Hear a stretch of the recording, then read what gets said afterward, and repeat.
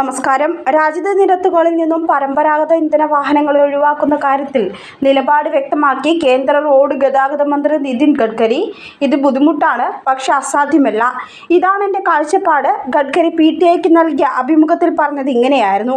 ഇന്ത്യയിൽ petrol, diesel കാറുകൾ പൂർണ്ണമായി ഒഴിവാക്കാനാകുമോ എന്ന ചോദ്യത്തിന് 100% എന്ന് ഗഡ്കരി പറഞ്ഞതായി ദേശീയ മാധ്യമങ്ങൾ റിപ്പോർട്ട് ചെയ്യുന്നു. 36 കോടിയിലധികം പെട്രോൾ, ഡീസൽ വാഹനങ്ങളെ നിരത്തുകളിൽ നിന്നും പൂർണ്ണമായി ഒഴിവാക്കുക എന്നത് ബുദ്ധിമുട്ടാണെന്നും എന്നാൽ ഇത് അസാധ്യമല്ലെന്നും ഗഡ്കരി വ്യക്തമാക്കി. എന്നാൽ ഈ ലക്ഷ്യം കൈവരിക്കാൻ ഗഡ്കരി ഒരു സമയക്രമവും നൽകിയില്ല.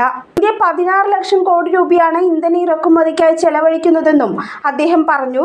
കർഷകരുടെ ജീവിതം മെച്ചപ്പെടുത്തുന്നതിനും ഗ്രാമങ്ങൾ സമൃദ്ധമാക്കുന്നതിനും യുവാക്കൾക്ക് തൊഴിൽ ലഭിക്കുന്നതിനും ഈ തുക വിനിയോഗിക്കുമെന്നും മന്ത്രി പറഞ്ഞു. ഹൈബ്രിഡ് വാഹനങ്ങളുടെ GST 5%, ഫ്ലെക്സ് എഞ്ചിനുകൾക്ക് 12% കുറയ്ക്കാനുള്ള നിർദ്ദേശം ധനമന്ത്രാലയത്തിന് അയച്ചിട്ടുണ്ട്.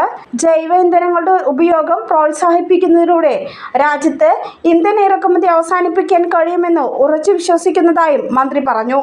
2004 മുതൽ ബദൽ ഇന്ധനങ്ങൾക്കായി താൻ ശ്രമിക്കുന്നുണ്ടെന്നും വരുന്ന 5-7 വർഷത്തിനുള്ളിൽ കാര്യങ്ങൾ മാറുമെന്ന് ഉറപ്പുണ്ടെന്നും ഗഡ്കരി പറഞ്ഞു. ഈ പരിവർത്തനത്തിനൊരു തീയതിയും വർഷവും നൽകാൻ തനിക്ക് കഴിയില്ലെന്നും കാരണം ഇത് വളരെ ബുദ്ധിമുട്ടാണെന്നും പക്ഷെ അസാധ്യമല്ലെന്നും ഗഡ്കരി തറപ്പിച്ചു പറഞ്ഞു. വൈദ്യുത വാഹനങ്ങൾ അവതരിപ്പിക്കുന്ന വേഗത കണക്കിലെടുക്കുമ്പോൾ വരാനിരിക്കുന്ന കാലഘട്ടം ബദൽ ജൈവ ഇന്ധനങ്ങളായിരിക്കുമെന്നും ഈ സ്വപ്നം സാക്ഷാത്കരിക്കുമെന്നും അദ്ദേഹം ഉറച്ചു വിശ്വസിക്കുന്നു. ബജാജ്, TVS, ഹീറോ തുടങ്ങിയ ഒട്ടേറെ കമ്പനികളും ഫ്ലെക്സ് എഞ്ചിനുകൾ ഉപയോഗിച്ച് മോട്ടോർ സൈക്കിളുകളും സമാനമായ സാങ്കേതികവിദ്യ ഉപയോഗിച്ച് ഓട്ടോറിക്ഷകളും നിർമ്മിക്കാൻ പദ്ധതിയിടുന്നതായി ഗഡ്കരി പറഞ്ഞു.